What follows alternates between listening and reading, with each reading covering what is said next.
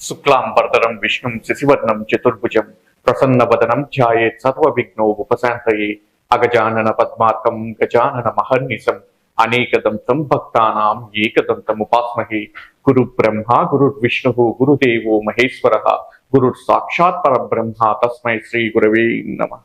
శ్రోతలకు నమస్కారం. ఇప్పుడు మీరు ఈ ధారావాహిక ద్వారా వినబోయేది ఒక అవధూత చరిత్ర.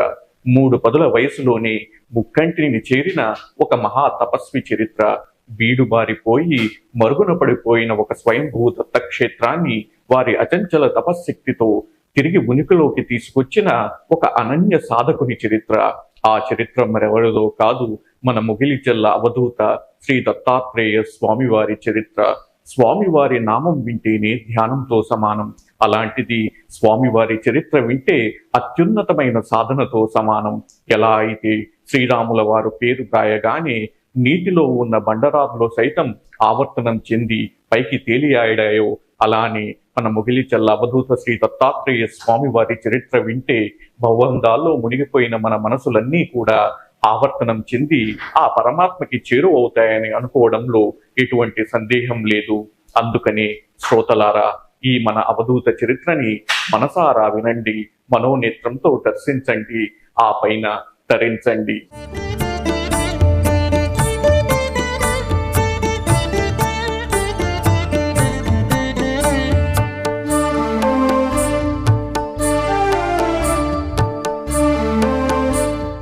ఆ శ్రీ దత్తాత్రేయ స్వామివారి ఆశీర్వాదంతో ఎక్కడెక్కడో ఊర్ధ్వలోకాలలో విహరిస్తున్న శ్రీధర్రావు దంపతులు ఒక్కసారి ప్రస్తుతంలోకి వచ్చారు. అటుపైన శ్రీధర్రావు దంపతులు వారి ఎద్దుల బండిలో ముగిలిచెర్లకు తిరుగు ప్రయాణమయ్యారు. మార్గమధ్యంలో నిర్మల ప్రభావతి గారు శ్రీధర్రావు గారితో, అసలు ఎవరు ఆ యువకుడు, ఆ యువకుడికి అంతటి ఆధ్యాత్మిక జ్ఞానం ఎక్కడి నుంచి వచ్చింది, వారి గురించి మీకు వివరాలేమన్నా తెలుసా అని అడిగారు. అప్పుడు శ్రీధర్రావు గారు, నాకు తెలిసిందంతా నీతో పంచుకున్నాను ప్రభావతి, ప్రయత్నిస్తాను, మరొక్కసారి మాలకొండ చుట్టుపక్కల ఉన్న వ్యక్తులని అడిగి చూస్తాను అని అన్నారు. అటుపైన శ్రీధర్రావు గారు ఎప్పుడు మాలకొండ వెళ్ళినా కానీ ముందుగా మాలకొండ మీదకి రోడ్డు పనిని చూసుకోవడం, అటుపైన శ్రీ దత్తాత్రేయ స్వామి వారితో కలిసి కాసేపు కూర్చోవడం, కొండ కిందకు వచ్చి శ్రీ దత్తాత్రేయ స్వామి వారి గురించి వాకబు చేయడం. ఆ తరుణంలోనే శ్రీధర్రావు గారికి యాగంటి గారు, అలానే లక్ష్మీనారసింహుల గర్భగుడిని మరమ్మతులు చేపిస్తున్న చెక్కా కేశవులు గారు పరిచయం అయ్యారు. ఆ పరిచయాల వల్ల శ్రీధర్రావు గారికి శ్రీ దత్తాత్రేయ స్వామివారి సాధన గురించి కొంతవరకు తెలిసింది.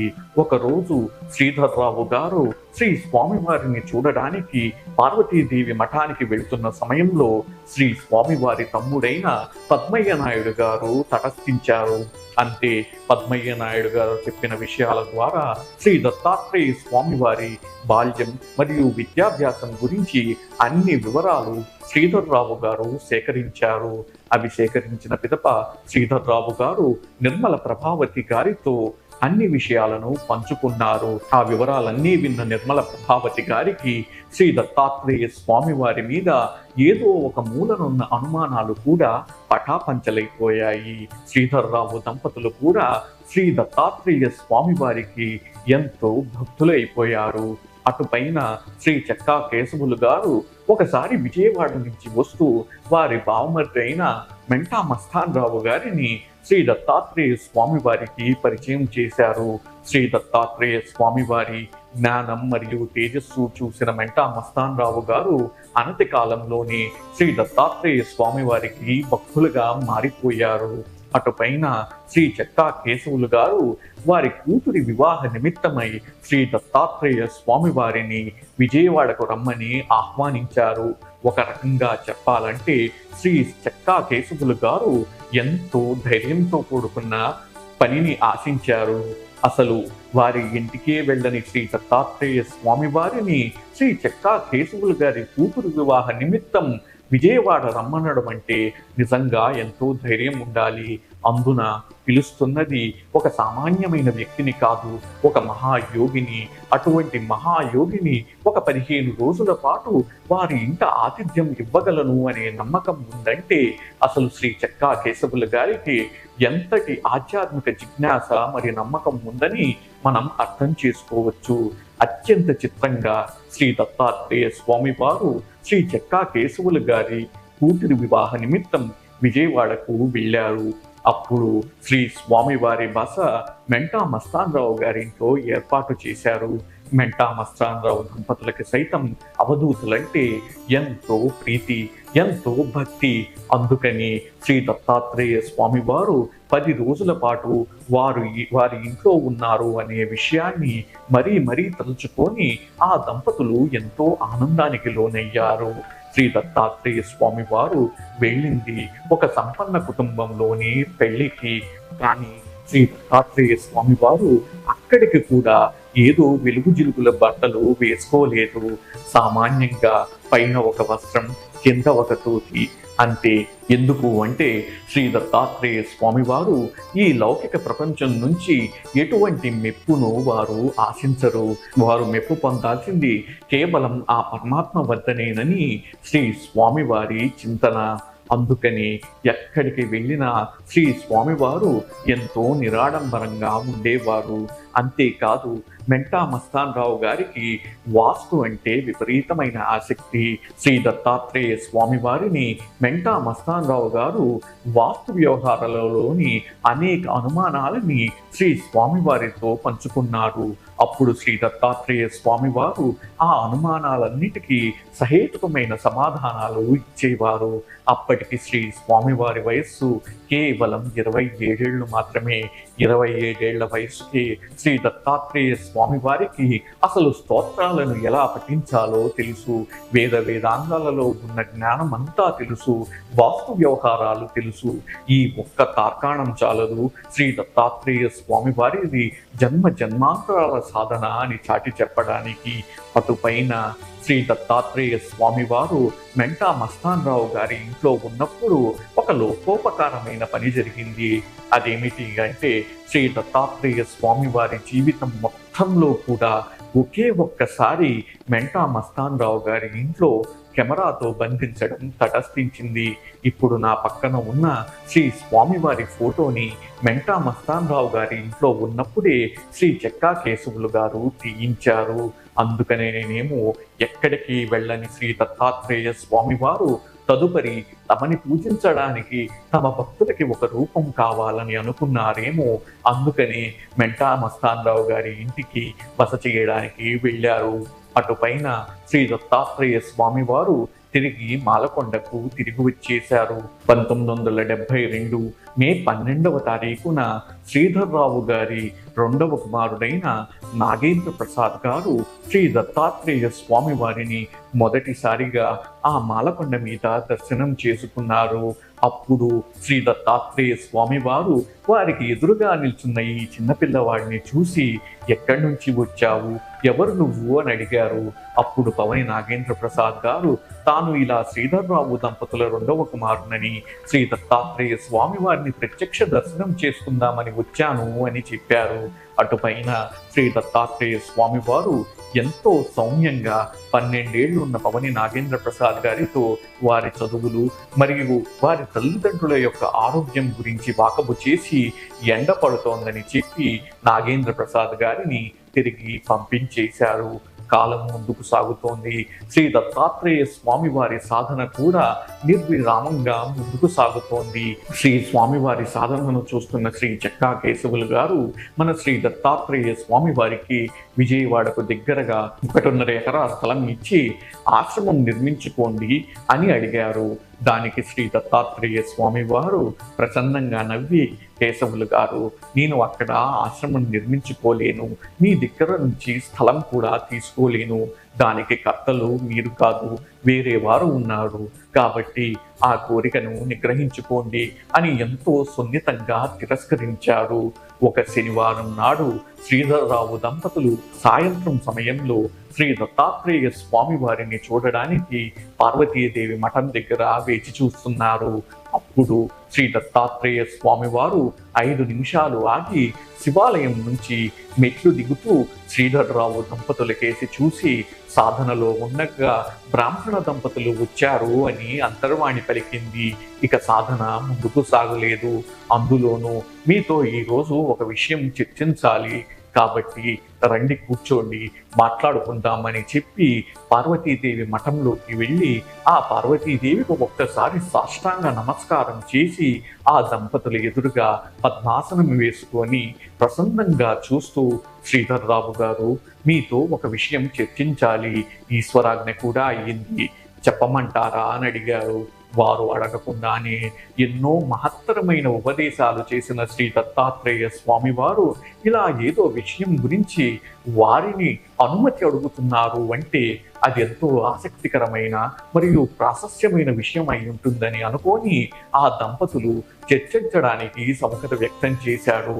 అప్పుడు శ్రీ దత్తాత్రేయ స్వామి వారు, అమ్మ, నాకు ఈశ్వరాజ్ఞ అయ్యింది, నేను ఇంకా ఈ మాలకొండ మీద సాధన చేయకూడదు, వేరే చోటులో ఆశ్రమం నిర్మించుకొని నా తదుపరి సాధనను చెయ్యాలి, అందుకు మీ దంపతులు ఇద్దరూ నాకు స్థలాన్ని ఇవ్వాలి అని అడిగారు. అంటే ఆ మాటలు విన్న శ్రీధర్రావు దంపతులు ఒక్కసారిగా నిర్ఘాంతపోయారు. నిర్మల ప్రభావతి గారి మనసులో అయితే అనుమానాలు వెత్తున లేచాయి. నిర్మల ప్రభావతి గారు శ్రీ దత్తాత్రేయ స్వామి వారితో ఏదో అన్వయలోపని శ్రీధర్రావు గారు అందుకొని, స్వామి, దీని గురించి చర్చించుకొని మీకు సమాధానం చెప్తాను అని అన్నారు.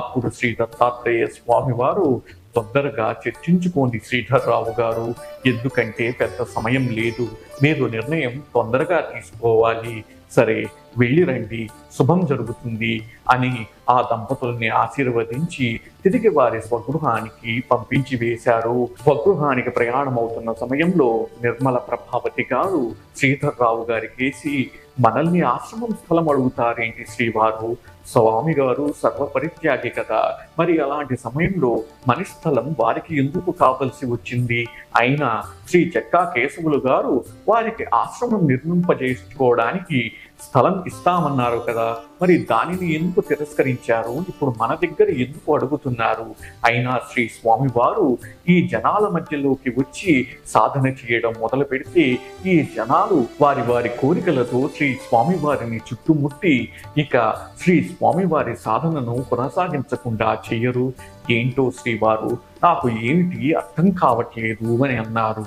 వెంటనే శ్రీధర్రావు గారు, చూడు ప్రభావతి, ఇలా నీ ఆలోచనలను వడపోతలేయకుండా శ్రీ దత్తాత్రేయ స్వామి వారికి చెప్తామని ముందు నేను అందుకున్నాను, చూద్దాం, ఇంటికి వెళ్ళి ఆలోచిద్దామని అన్నారు. స్వగృహం చేరుకున్న తర్వాత శ్రీ నిర్మల ప్రభావతి గారు శ్రీధర్రావు గారితో, ఈ ఒక్క విషయం ఒకసారి ఆలోచించండి, మన శ్రీ స్వామివారికి కొండ మీద సాధన చేసుకోవడానికి ఏదన్నా అవాంతరంగా ఉందేమో, వారికి నచ్చిన విధంగా పార్వతీదేవి మఠాన్ని మరమ్మతులు చేసి వారికి సాధనాయోగ్యంగా మనం తయారు చేసి ఇస్తామని చెప్పండి అని అన్నారు. శ్రీధర్రావు గారు ఆ ఆలోచన సబబైనది అని భావించి శ్రీ దత్తాత్రేయ స్వామి వారితో వారి ఆలోచనను విన్నవిస్తానని చెప్పారు. అటుపైన మరొక 5-6 వారాల పాటు శ్రీధర్రావు దంపతులకి శ్రీ స్వామివారి దర్శనం దొరకలేదు. శ్రీధర్రావు గారు ఎన్నోసార్లు పార్వతీదేవి మఠం దగ్గర వేచి చూసినా కానీ వారికి శ్రీ దత్తాత్రేయ స్వామివారి సాక్షాత్కారం కలగలేదు. అంతేకాదు శ్రీధర్రావు గారు వారితో పాటు ఉన్న మరెంతో మంది రాజకీయ ప్రముఖుల్ని కూడా శ్రీ స్వామివారి దర్శనార్థం తీసుకుని వస్తే వారికి కూడా మన శ్రీ దత్తాత్రేయ స్వామివారి దర్శన భాగ్యం కలగలేదు. అటుపైన ఒక శనివారం నాడు శ్రీధర్రావు గారు పార్వతీదేవి మఠం దగ్గర కూర్చొని ఉన్నారు. ఆ సమయంలో శ్రీ దత్తాత్రేయ స్వామి వారు శివాలయం దగ్గర నుంచి కిందకు వస్తూ శ్రీధర్రావు గారితో, ఏంటి శ్రీధర్రావు గారు, నన్ను ప్రదర్శనకు పెడుతున్నారా అని అడిగారు.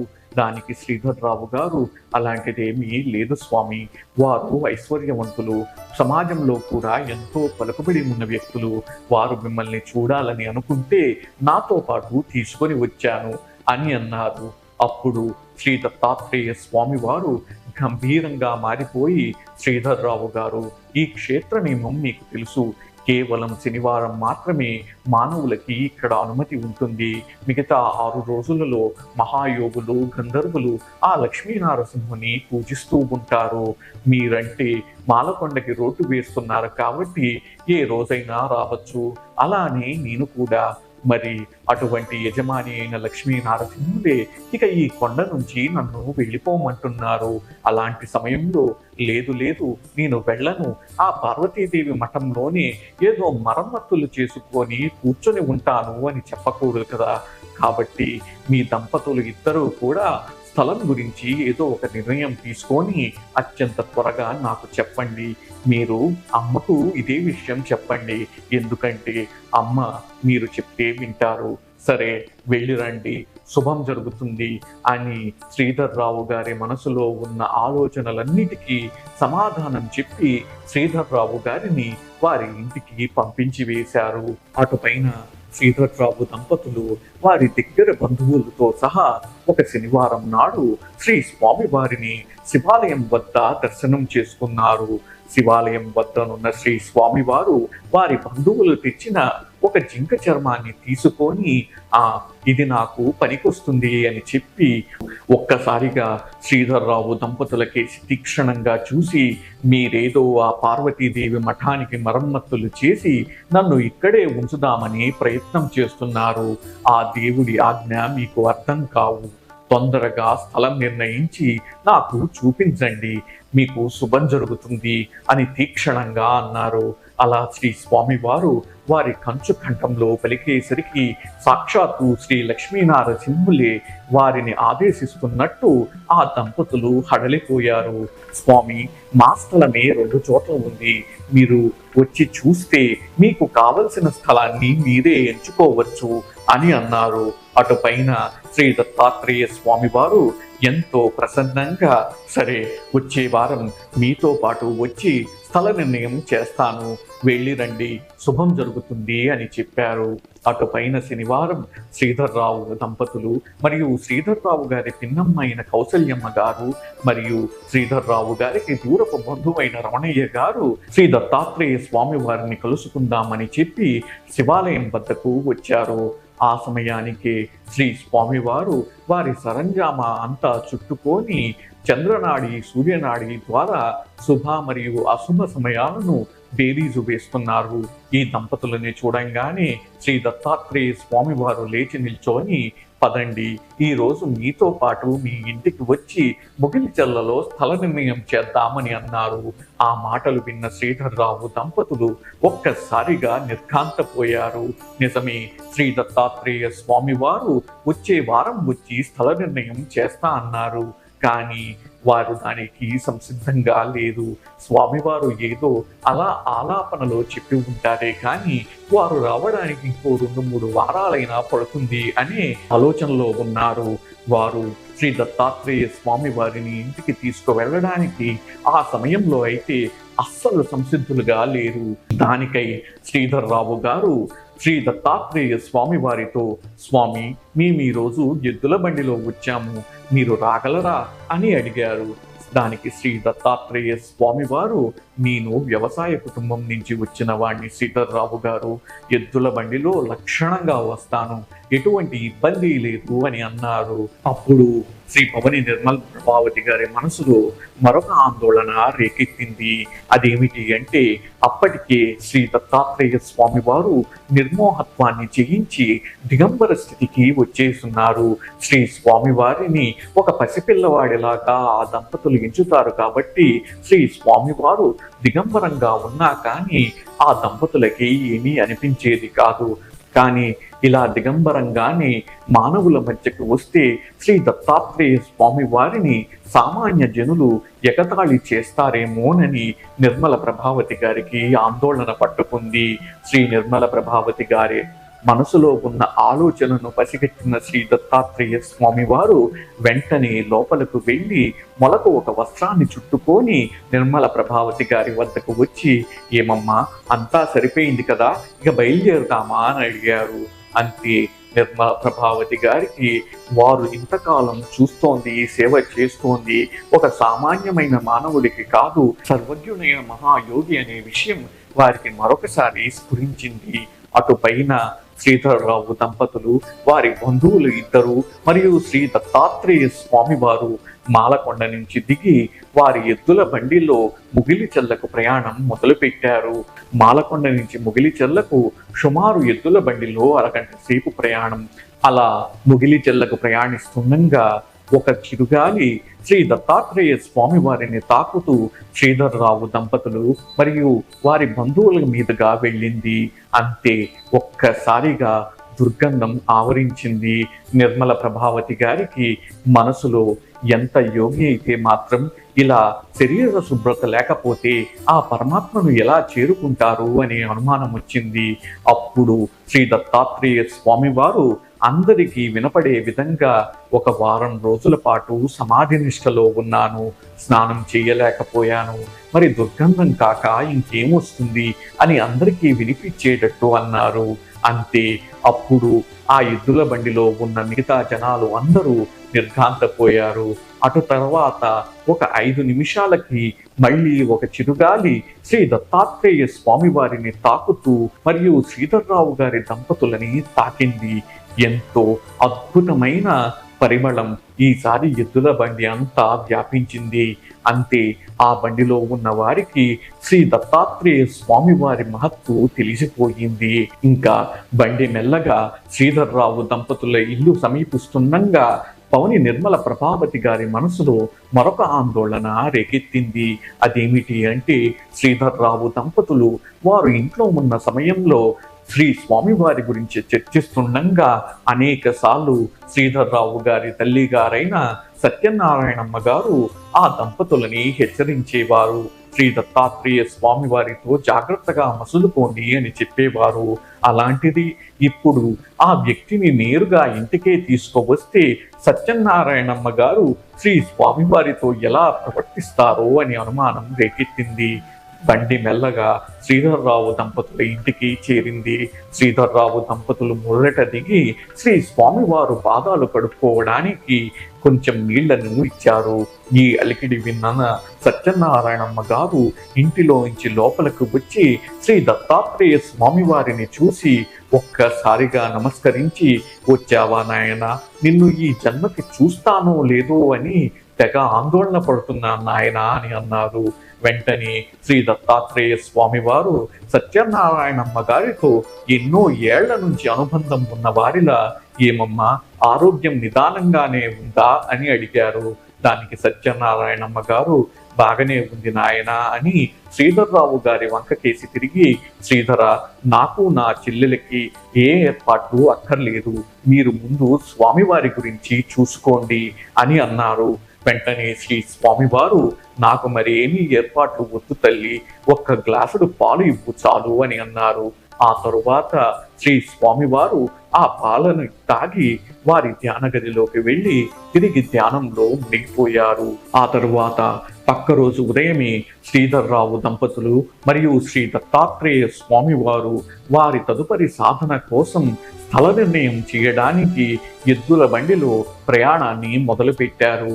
ముగిలిచెర్ల నుంచి సుమారు 3 కిలోమీటర్లు ప్రయాణించిన తరువాత శ్రీధర్రావు దంపతులు మరియు శ్రీ దత్తాత్రేయ స్వామి వారు ఫకీరుమాన్యం అనే ఒక స్థలానికి చేరుకున్నారు.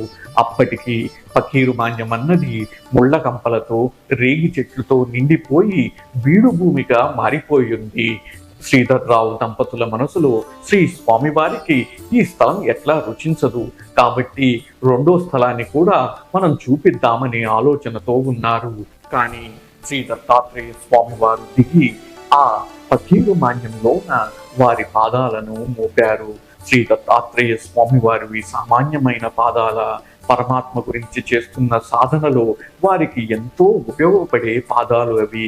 అందుకనేనేమో ఆ పాదాలు ఆ స్థలాన్ని స్పృశించిన తరువాత ఆ స్థల స్వరూపమే మారిపోయింది. శ్రీధర్రావు గారు శ్రీ దత్తాత్రేయ స్వామి వారికి వారి వద్ద మరొక స్థలం ఉంది అని వివరించేంతలోపే శ్రీ దత్తాత్రేయ స్వామి వారి మొహం వెలిగిపోసాగింది. శ్రీ దత్తాత్రేయ స్వామి వారు ముళ్ళ కంపలతో రేగి చెట్లతో నిండిపోయిన ఆ స్థలాన్ని చూస్తూ ఇదే నాకు కావలసిన స్థలం, నాకు ఈశ్వరాజ్ఞ అయ్యింది. ఇది ఒకప్పుడు స్వయంభువు దత్తక్షేత్రం మరుగున పడిపోయింది. అందుకని ఆ త్రిమూర్తి దత్తాత్రేయుడు నన్ను ఇక్కడ మోక్ష సాధనకై సాధన చేయమని పంపించారు అని శ్రీధర్రావు గారి వంక చూస్తూ, శ్రీధర్రావు గారు దీనికి దగ్గరలోనే మన్నేరు నది ఉండాలి కదా అని అన్నారు. అప్పుడు శ్రీధర్రావు దంపతులు అవును స్వామి అని శ్రీ దత్తాత్రేయ స్వామి వారిని వెంటబెట్టుకొని మన్నేరు నది వద్దకు తీసుకొని వెళ్ళారు. శ్రీ దత్తాత్రేయ స్వామి వారు ఎంతో ఆనందంగా ఆ మన్నేరులో ఒక అరగంట పాటు స్నానం చేసి శ్రీధర్రావు దంపతుల దగ్గరికి వచ్చి, శ్రీధర్రావు గారు ఇదిగో ఇంకా ఏ అనుమానాలు పెట్టుకోవద్దు, ఇదే నేను ఆశ్రమం నిర్మించుకోబోయే స్థలం అని ఆ ఫకీరమాన్యంలో తిరుగాడుతూ ఒక్క చోటికి వచ్చి ఆగి, శ్రీధర్రావు గారు ఇక్కడ బావిని తవ్వించండి అని అన్నారు. శ్రీధర్రావు గారికి ఆ స్థల స్వభావం తెలుసు కనుక శ్రీ దత్తాత్రేయ స్వామి వారితో ఇది కరువు ప్రాంతం స్వామివారు, ఇక్కడ జల పడదు అని అన్నారు. వెంటనే శ్రీ దత్తాత్రేయ స్వామి వారు ప్రసన్నంగా చూస్తూ పాతాళ గంగ అయినా కానీ పైకి వస్తుంది శ్రీధర్రావు గారు, మీరు బావి పనిని మొదలు పెట్టించండి అని అన్నారు. అటు పైన శ్రీధర్రావు దంపతులు శ్రీ స్వామి వారిని తీసుకొని తిరిగి వారి స్వగృహానికి చేరుకున్నారు. వారి ఇంటికి ఒక మహాయోగి వచ్చాడనే ఆనందంలో నిర్మల ప్రభావతి గారు ఆ రోజు రకరకాల పదార్థాలను వండారు. వండిన తరువాత శ్రీధర్రావు గారిని మరియు శ్రీ దత్తాత్రేయ స్వామి వారిని భోజనానికి పిలిచారు. శ్రీ దత్తాత్రేయ స్వామి వారు మరియు శ్రీధర్రావు గారు ఆసీనులయ్యాక శ్రీధర్రావు గారు శ్రీ దత్తాత్రేయ స్వామి వారిని భోజనం చేయమని చెప్పారు. అప్పుడు శ్రీ దత్తాత్రేయ స్వామి వారు వారి విస్తరిలో ఉన్న పచ్చడి కూర అన్నిటినీ కలగలిపేసి ఇంకా ఏమేం పదార్థాలు ఉన్నాయని నిర్మల ప్రభావతి గారిని అడిగారు. అది చూసిన నిర్మల ప్రభావతి గారు శ్రీ దత్తాత్రేయ స్వామి వారితో అయ్యో అలా అన్ని అన్నంలో ఎలా కలిపేసుకున్నావు నాయన, అలా తింటే నీ నోటికి రుచి తెలియదు, అందులో నువ్వు వచ్చావని ఈ రోజు నేను సాంబారు పెరుగు పాయసం కూడా చేశాను, అంతేకాదు అదేమి చిత్రమో కానీ ఈ రోజు ఎంతో రుచిగా కుదిరాయి, నువ్వు విడివిడిగా తింటే వాటిని ఆస్వాదించవచ్చు అని అన్నారు. దానికి శ్రీ దత్తాత్రేయ స్వామి వారు నవ్వి ఆ విషయం గురించి నీకు తర్వాత చెప్తాను, కానీ ముందు ఆ సాంబారు పెరుగు పాయసం కూడా వడ్డించేయమ్మా, అన్ని కలిపేసుకొని తింటాను అని అన్నారు. శ్రీధర్రావు గారు శ్రీ పవని నిర్మల ప్రభావతి గారితో శ్రీ స్వామివారు చెప్పిన విధంగానే చెయ్యమని చెప్పారు. అన్యమనస్కంగానే నిర్మల ప్రభావతి గారు శ్రీ స్వామివారికి మిగిలిన పదార్థాలన్నిటినీ వడ్డించారు. ఆ తరువాత శ్రీ దత్తాత్రేయ స్వామి వారు వాటిని కూడా అన్నంలో కలిపేసి మొత్తాన్ని భుజించారు. భోజనం అయిపోయిన తరువాత శ్రీ దత్తాత్రేయ స్వామి వారు నిర్మల ప్రభావతి గారిని ఉద్దేశించి, అమ్మ నువ్వు ఈరోజు రుచిగా భోజనం వడ్డించావు కదా అని నేను ఒక్కొక్క పదార్థాన్ని విడివిడిగా తింటే నాకు కోరిక మొదలవుతుంది. ఇదిగో ఈ చారు బాగుంది, ఈ పచ్చడి బాగుంది అని అనుకుంటూ మరొక్కసారి వాటిని రుచి చూడడానికి నేను పరితపించిపోతాను. అంతటితో నా సాధన ముగుస్తుంది. కాబట్టి మాలాంటి యోగులు మరియు అవధూతలు నోటికి రుచి తెలియకుండా చూస్తాము, జ్ఞానేంద్రియాలన్నింటినీ కూడా అదుపులో ఉంచుకుంటాము. అందుకనే అహాన్ని చంపుకొని 4 ఇళ్లలో భిక్షాటన చేసి దానిని మేము భుజిస్తాము. ఇప్పుడు అర్థమైంది కదా తల్లి, నేనెందుకు అన్నీ కలుపుకొని తినేశాను అని అన్నారు. అంతటితో ఆ శ్రీధర్రావు దంపతులకి శ్రీ స్వామివారు ఎంతటి సిద్ధపురుషుడో అర్థమయ్యింది. అటు పైన శ్రీధర్రావు దంపతులకి వీడ్కోలు తెలిపి శ్రీ స్వామివారు మాలకొండకు తిరిగి వెళ్ళిపోయారు.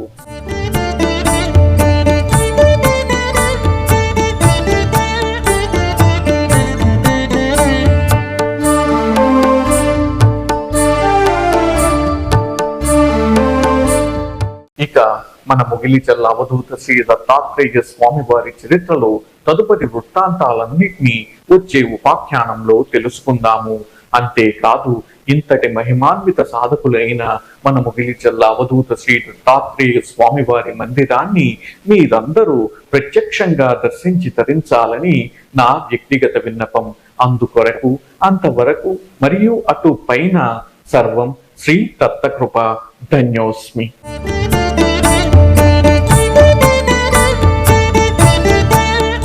కొన్ని వందల సంవత్సరాలుగా మరుగున పడిపోయి ఉన్న ఒక స్వయంభూ దత్తక్షేత్రం మళ్ళీ మన ముగిలిచల్ల అవధూత శ్రీ దత్తాత్రేయ స్వామి వారి అచంచల తపశ్శక్తి కారణంగా ఒక గొప్ప దత్తక్షేత్రంగా రూపాంతరం చెందుతోంది. కేవలం భారతదేశం నుంచే కాక వివిధ దేశాల నుంచి దత్తభక్తులు ఇక్కడ మన శ్రీ దత్తాత్రేయ స్వామి వారి ఆశీస్సులు పొందడానికని దీనిని దర్శిస్తూ ఉంటారు. వాళ్ళందరికీ కూడా మౌలిక సదుపాయాలు ఏర్పాటు చేయడానికి మరియు నిత్య అన్నప్రసాదం వితరణ చేయడానికి దాతల సహకారం కూడా అందుతోంది. కానీ క్షేత్రస్థాయి పెరుగుతోంది. మరింత మంది భక్తులు వస్తున్నారు. ఉత్సవాలని పెద్ద స్థాయిలో జరుపుతున్నారు. కాబట్టి వాటన్నిటికీ కూడా మీ సహాయ సహకారాలు మాకు ఎంతో ఆలంబనగా నిలుస్తున్నాయి. ఎవరైనా ఈ దత్తక్షేత్రం యొక్క అభివృద్ధిలో ప్రత్యక్షంగా కానీ పరోక్షంగా కానీ వారి సహకారాన్ని అందించదలిస్తే